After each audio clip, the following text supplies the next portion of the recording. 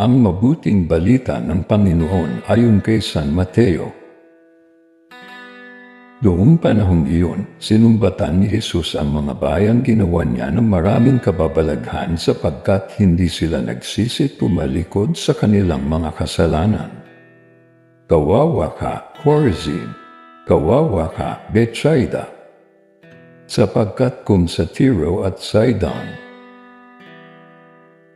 ginawa ang mga kababalaghang ginawa sa inyo, malaon na sanang nagdaramit ng sako at nauupo sa abo ang mga taga-roon upang ipakilalang sila'y nagsisisi.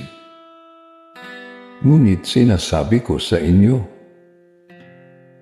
sa araw ng paghuhukom ay higit na mabigat ang sasapitin ninyo kaysa sasapitin ng mga taga-Tiro at taga-Sidon. At ikaw, Capernaum, ibig mong mataas hanggang sa langit. Ibabagsak ka sa Hades. Sapagkat kung sa Sodom ginawa ang mga kababalaghang ginawa rito sa inyo, sana'y nanatili pa ito hanggang ngayon. Ngunit sinasabi ko sa inyo, sa araw ng paghuhukom ay higit na mabigat ang ipaparusa sa inyo kaysa dinanas ng Sodoma.